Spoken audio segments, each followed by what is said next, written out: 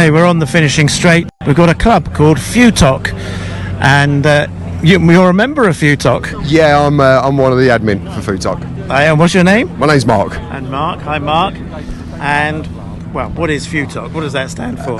So Futoc is Fiat Uno Turbo Owners Collective. It's a group that was created back in the early 2000s by a gentleman called George Tony Scott, who's no longer part of the collective. But the idea of it was, as they were slowly becoming classics, and disappearing very quickly. His idea was to just create an environment which was originally a forum, actually. And just for people to to share their thoughts on the cars. And to see what was going to happen with them moving forward, really. Yeah, so what's the club now? Is it the Facebook-based Yeah, club, so it's Facebook group now. We've got 3,500. Yeah, we've got 3,500 members. The cars are very, very popular in countries like Brazil because Fiat continue to build them under licence. So we've got lots of Brazilian members. But there's only around about 30 Mark 1s that we know of left in the UK. And probably around about 50 Mark 2s. Right, so not too many really in this country anyway. No. And this is your one? This is my car, yeah. This is my little pride and joy. It is looking nice, isn't it? Thank you. So tell us a little bit about your car. So I bought it in 2011 and it was looking very sorry for itself. Put it in the garage, and my son was about 7 years old at the time, so I used it as his apprenticeship for the next 3 years. Oh, that's a good idea. Well, he builds McLaren engines now. Does he? Oh, well, that worked quite well then, didn't it? It's worked out very well for him, But it now runs 202 brake horsepower. Really, as much as that? Yeah. What size engine is this then? It's the original 1301 engine. So you're getting over 200 horsepower out of a 1300 engine. Yeah. Wow. Yeah. That's amazing. So it's got the original Fiat turbo on here. No, it's not got the original turbo engine on it. It's all the internals are original. But it's got an uprated Garrett GT25 turbo, standalone engine management, and a few other tricks up its sleeve as well. Has it now? Yeah. Are you going to reveal them? The marshals don't like it because it's got launch control, so it's quite noisy. They came and told me off earlier on today. Bit of popping and banging out. It does. Yeah. We've heard a bit of that this morning, and it's not surprising with all these cars around. Exactly. Yeah. But the original concept of it was what would Fiat or a Bath had done if they had built an Uno Turbo today. So it's got a lot of Abarth accents, the wheels, the seats are out of an Abarth 500. And we can have a look at your interior cockpit there. And do you use this car regularly, or is it just a show car now? It's a show car now, yeah. So did you ever use it as a regular one? No. I picked it up from Birmingham. I drove it back. There was more oil on the outside of the engine than on the inside. It was that bad. But it went straight in the garage and had a 3-year restoration process from there. Right, lovely. So it's been restored outside, bodywork, engine, interior? Yeah, absolutely everything. Shall we have a quick look at that? Yeah, certainly, so the seats are actually Abarth accessory seats that were £2,000. Right. So quite pricey. Yeah, and I then spent 2 weeks trying to figure out how to fit them in. But you managed it by the look. Yeah. I had to cut the cross member and web it all and brace it. The clocks I made myself, or the dials. Okay. So the rev counter goes backwards rather than the traditional way round clockwise. Just wanted to put my own accents into it. Yeah, absolutely. So this whole dash you built that yourself? Yeah, the actual basically, dials themselves. The dials in the middle. Yeah. But other than that, inside is pretty much stock, to be honest. It is a very good base car to start with. I think it's excellent. And your son did a lot of the work on this? Yeah, he did with me. So there's a couple of magazine features you'll see in the back there. It's been featured? It's been featured twice, once in Italia magazine. Oh, yeah, there we go. And once in Retro Cars. Here, is it? That's him when he was 11 when we finished it, So it's on a different number plate there. Yeah. But it's now got a private number plate on it, so.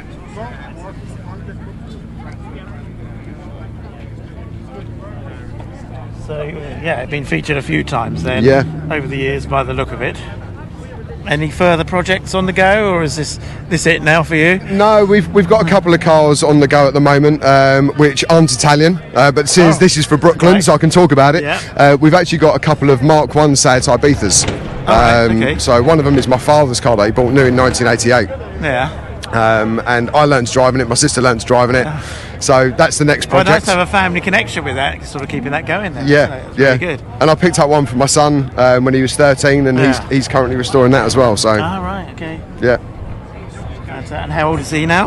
He's now 18. He's 18 now. Yeah.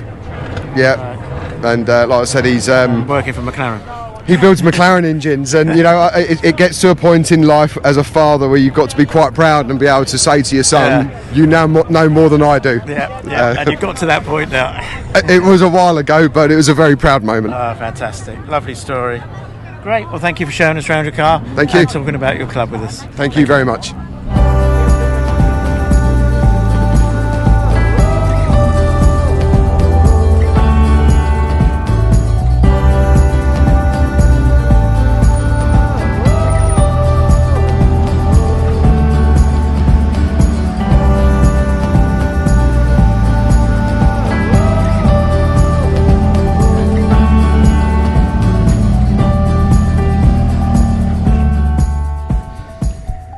Okay, we're in the Heights car park now, which is the, I guess you call it the overflow extension of Brooklands, and it's often used for the larger shows, and today is absolutely full of Alfa Romeos.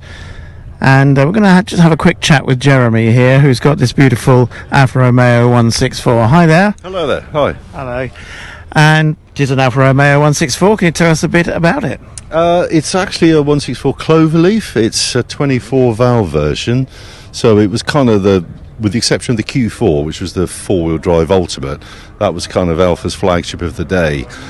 And I suppose what's interesting about it is it's the first Alfa that was ever purposely designed to accept the famous Busso V6 engine, which has become legendary in many cars.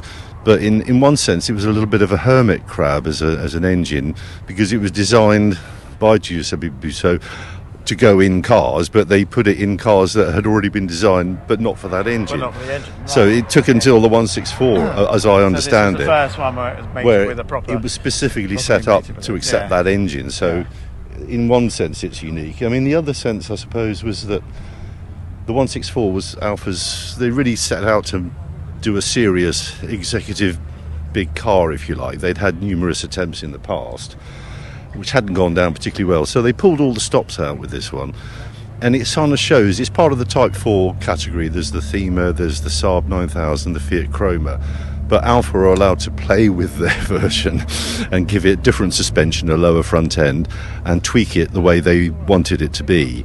So, and the overall effect, because they wanted to get it right, was that compared to other cars, it was one of those ones that feels built up to a price rather than down to one. And you feel that, you know, I mean, it's a 1993 car, so it's getting on for 30 years old. And the leather's still got that kind of rich, matured smell that suggests quality leather in the first place. Most of it is original. And I bought it as a stopgap car, funnily. I'd never had an Alfa Romeo. I was a Fiat Lancia man. And in 2002, I was looking for the ideal Fiat Coupe Turbo, which had to have a sunroof and aircon. And the dealers seemed to give customers the choice between one or the other and didn't let on they could have both. So they were quite rare. So I was waiting to get and this kind of caught my attention because it was unusual in white. And I thought, that looks kind of nice. And I'd never had an Alfa, so I thought, I read up a bit, thought I might give it a go for 6 months until I get my... And then once I bought it and started driving it, I kind of found it was showing me all sorts of things it could do that I never thought it would do. Yeah. You know, because for a big car, it does sort of, it's got, people have said it handles like a rather big Mini. It's very agile. I mean, there's been times when I've thought actually somebody at Alfa Romeo really knew what they were doing when they set this chassis up, because it really is a pedigree chassis, you know. It doesn't fall apart when you really stretch it. Right. And it gradually taught me more and more of things it could do, so it became my daily driver, and 20 years later I still got it. And it's one of those things that gets under your skin. Yeah. And very often I've driven cars. I mean, I remember driving a Mini Cooper S, which was 1.6 supercharged, and I expected it to be this right pocket rocket because a friend of mine, she decided she wanted one but wanted my opinion on it. So I went out for it, and I sort of thought, I don't know, he doesn't feel that eager and keen. But the trouble is I was going to test drive everything, having got out of this, and it's so spirited that a lot of cars feel like they're not really trying, even if they probably are, you know. So it's almost like become a bit of a responsibility now. That's the trouble with a lot of classic cars. You know, you think, we've all seen the adverts, you know, where cars are advertised due to overdose of bereavement, and you know that certain cars are going to go on after you've departed. So you never know how. So I've had it for 20 years now, and that's like a third of my life. And has it had much work done on it over the years, or is it just mechanically? I mean, it's done 211,000 miles now. Yeah. The engine's original, the gearbox has been rebuilt, because I put it up against an Audi RS4, which I shouldn't have done, but that's the trouble with the Alfa. It will take on something even knowing it's going to come out with a bloody nose, you know. So the gearbox was rebuilt after third gear went missing. Oh, it's had numerous things. It's a very complicated car. They kind of threw the technological bucket at it. You know, it's got electronic dampers, two-position, which was quite unusual then. And they'll only be found on the Lancia Thema Ferrari, so that's an even rarer car. So if you're looking for parts, they're like gold dust. You have to snap them up when I've got a spare pair of Boga dampers that I bought from Australia, because they sold over there, and then this guy, they turned up. I had to have them, you know. So it becomes more than just a passion. Yes, open it up for us to have a quick peek there. There we go. Yeah, it's kind of, you know, there's a fair old space in there, isn't there? Yes, and it's not. It doesn't have the normal Italian position of short legs, long arms. You sit quite high. It's got slim pillars, so you feel like you're on top of it, not sitting down too low. But you know, you kind of got great all round. It's very easy to place the car at speeds, and you've got great panoramic visibility. You know, you've got the sunroof, obviously, is always an essential in my cars, and as I say, it feels well screwed together even after all these years. You know, it takes a lot of money to keep it going because it's, as I said, it's a complicated car, and you know, the number of micro switches all around the interior for delay lights and door, you know, is. You know, I was just looking at the centre console there with lots of switches motors and things, and But it was very well appointed. As I say, it was Alfa's made a very serious attempt to build a credible competitor to the BMW 5 Series, the Audis and things. And it's kind of, and it's very agile. It doesn't feel like a big car when you drive it, and it's about 200 kilos lighter than a BMW or equivalent Audi. And it's probably faster than you think. You know, it's got an engine that just never seems to run out of breath. Are we able to have a quick look at the engine, or is it? Yeah, sure. We can open that up.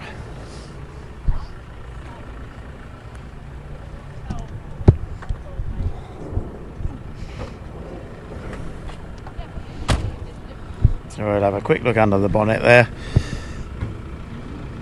if we can get in. And you have to open it slowly. Okay. Right. According to wheeler dealers, the way you open the bonnet is because it's drama, it's dramatic. It's drama. Okay. Yeah, you have to sort of pause and savour it all, you know. So an Alfa Romeo V6, 24 valve.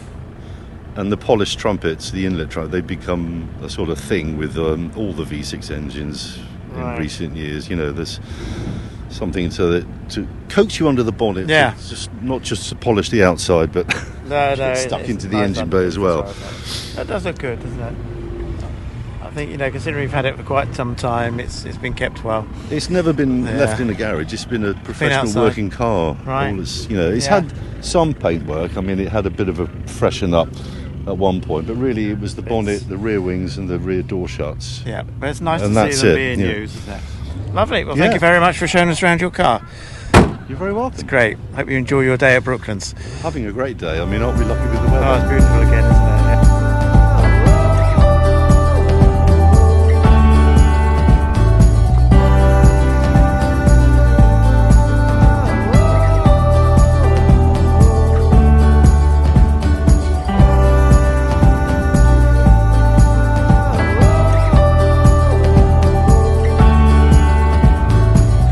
We've moved over to the Concord, as we can see here behind me, and we've got a line of the Italian cars today, and they're about to go out to the Mercedes-Benz World track to do some parade laps over there and show off their cars. So we're going to walk down the line because they're not actually moving at the moment, and we'll see if we can chat to someone.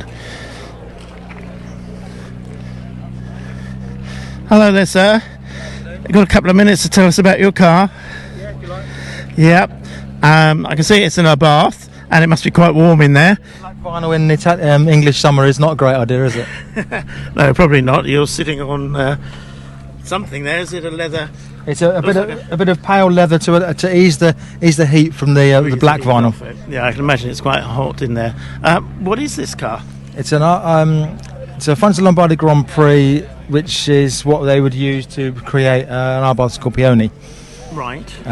The original floor pan would have been from a Fiat 850 saloon, which they then Fiat sold to Fronzo Lombardi to create the body that you can see, which is 60 70 kilos lighter than a standard 850 saloon. Okay. And a lot lower, hence why it's a lot lighter. Yeah. And the position of the centre of mass is lower, and therefore the handling is improved naturally, even though the suspension is unchanged. Right. And then Abarth did their modifications later on with engine performances and further suspension changes to their preferences later on. So it's quite altered all round, really. Yes. But what sort of performance does this achieve? 70 plus horsepower in 630 kilos, so it's over 100 horsepower per tonne. Yeah. Which is a number that you can get to for a bit of entertainment. Some people would say more than that, but when you're only this size, it doesn't take a lot of you're right. power to get it through the air, so it goes through the air very, very, very easily. It's quite an unusual looking thing. Not many of these left these days? Not many, no. I think there's one in Manchester, one in Hemel Hempstead, and maybe that's 3 other ones in the country in some form of working order or disrepair. Right. And then there's a few other ones around other countries around the world as well. Great. And you're going to head out to do the parade laps at Mercedes-Benz World? We're Group 1, so we'll be in the first group out. Yeah, that should be nice in the sunshine going around there today. Yes, and I can get off the black vinyl seat shortly afterwards. Great. Thanks a lot. What was your name, by the way? It's Tim. I'm Tim too. Ah, 2 of us. There you go. Lovely. Well, enjoy your drive around there. Thank you very much. Okay, that was a lovely and quite rare Abarth Grand Prix car there, and this is another beautifully shiny red Fiat. And who have we got here? What's your name, sir? My name's Stuart. Hi, Stuart. And what are you sitting in? I'm going to pass all the questions over to the driver because the other side. You're going to have to go over the other side. We're going to be quick here. Hi. Hi. Yep. And what's your name? Danny Foyce. Danny. And what's the car you're sitting in? It's a Fiat 124 Spider, 1976. Lovely. And you've had this long? About a couple of years. Couple of years now. Done any restoration on it? No, just bits and pieces, a bit of fettling, that's about it. So I think you're about to move off, so I'm going to step away and let you enjoy your drive around Mercedes-Benz World. Thank you very much. Okay.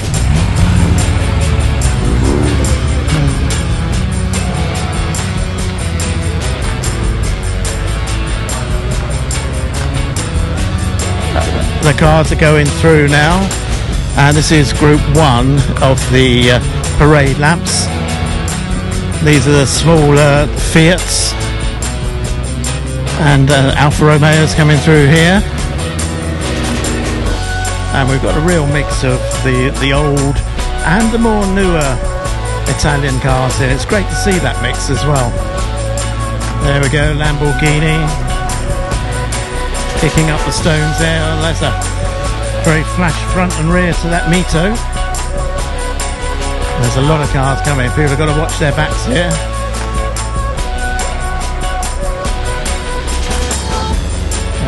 An Alfa GTA.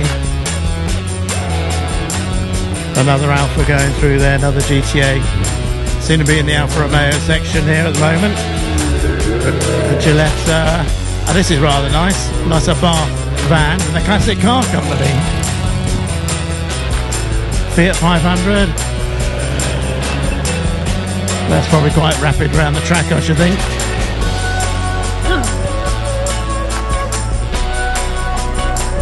And they continue to come through. Oh, there's a noisy one. Lancia.